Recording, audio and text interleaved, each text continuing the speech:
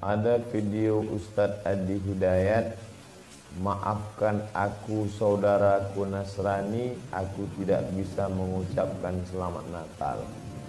Karena orang yang mengucapkan selamat Natal, maka dia sudah mengakui tiga. Yang pertama, mengakui bahwa Isa anak Tuhan. Yang kedua, mengakui bahwa Isa lahir 25 Desember. Yang ketiga, mengakui bahwa Isa mati di palang salib. Ketiga-tiga ini dibantah oleh Al-Quran. Bahwa Isa anak Tuhan dibantah. Laqad kafaral ladzina qalu innallaha salisu salasah. Kafirlah orang yang mengatakan Isa Trinitas dan anak Tuhan. Tentang Nabi Isa lahir tanggal 25 Desember dibantah. Ketika Maryam memegang Isa, tidak ada makanan karena terlahir di tepian kota.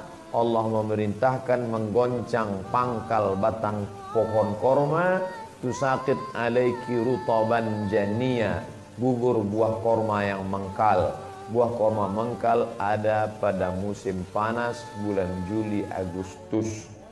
Ketika Isa lahir, kambing-kambing sedang digembalakan di padang rumput, sedangkan bulan 12 rumput tidak tumbuh karena tertutup salju. Maka 25 Desember bukan hari kelahiran Isa, tapi hari raya merayakan Dewa Mitra, Dewa Matahari, yang diambil oleh Kaisar Konstantin dari Konstantinopel. Lalu kemudian tentang Isa mati di palang salib dibantah Al-Quran. Wa ma qataluhu, mereka tidak membunuhnya. Wa ma salabuhu, mereka tidak menyalibnya. Walakin syubbiha lahum, ada orang lain yang diserupakan wajahnya dengan Isa. Dialah Yudas Iskariot, murid Isa yang menjual imannya dengan beberapa keping uang emas. Saya punya kawan Kristen Masehi, tapi dalam masalah hubungan baik, masalah ngasih makanan, masalah beri pakaian, oke. Tapi kalau sudah terkait dengan akidah, wala ana abidu ma'abadtum wala antum abiduna ma'abud lakum dinukum waliyadin. Tentang masalah tahun baru, apakah 1 Januari itu bersih, tidak ada hubung kait dengan agama? Maka tidak benar. 1 Januari 2018 Masehi, seolah-olah Masehi terkait dengan Al-Masih Isa alaihissalam. Itu kalender dibuat oleh Kaisar Julian dari Romawi kuno. Kaisar Julian membuat kalender, maka dibuat nama dia Kaisar Julian, maka disebut Julian kalender. Lalu kemudian Julian kalender dibawa ke Vatikan, dirobah oleh Kaisar Raja Pendeta Paus Vatikan bernama Paus Gregorius.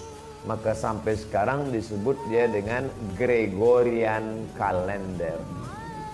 Lalu kemudian ketika terbentuk PBB, United Nations, Persatuan Bangsa-Bangsa, bingung mau pakai kalender apa. Di dunia banyak sekali kalender.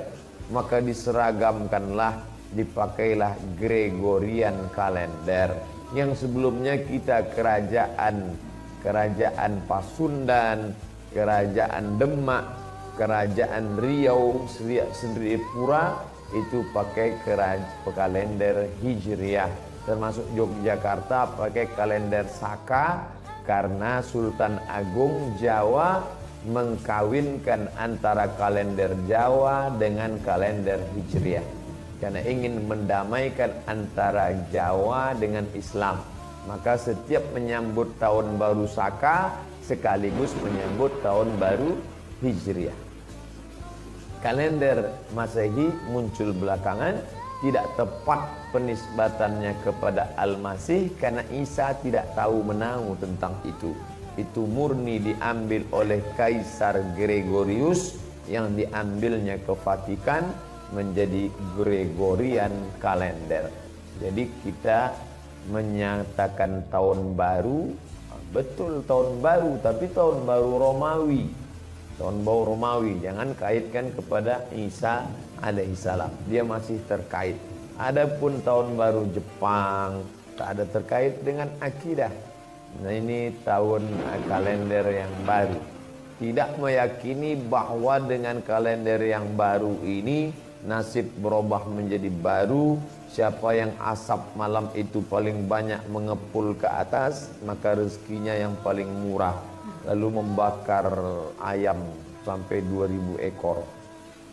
Nah, oleh sebab itu saya anjurkan anak-anak muda, remaja-remaja masjid, tanggal 31 malam tanggal 1 setiap masjid semuanya buat kajian, iktikaf, zikir, muhasabah, supaya jangan keluyuran ke sana kemari. Hanya 2 saja. Anak-anak muda pergi ke masjid mulai jam 10, jam 11, jam 12, jam 1, jam 2, atau habis isya tidur. Saya nggak bisa tidur Pak Ustadz, biasa malam. Kalau nggak bisa tidur, habis isya makan antimo 2. Nguap tidur langsung. Itu saja. Adapun nanti Ustadz malam tahun baru apakah buat muhasabah di masjid? Enggak.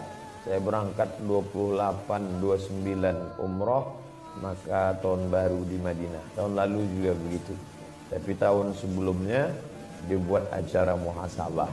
Wallahu a'lam.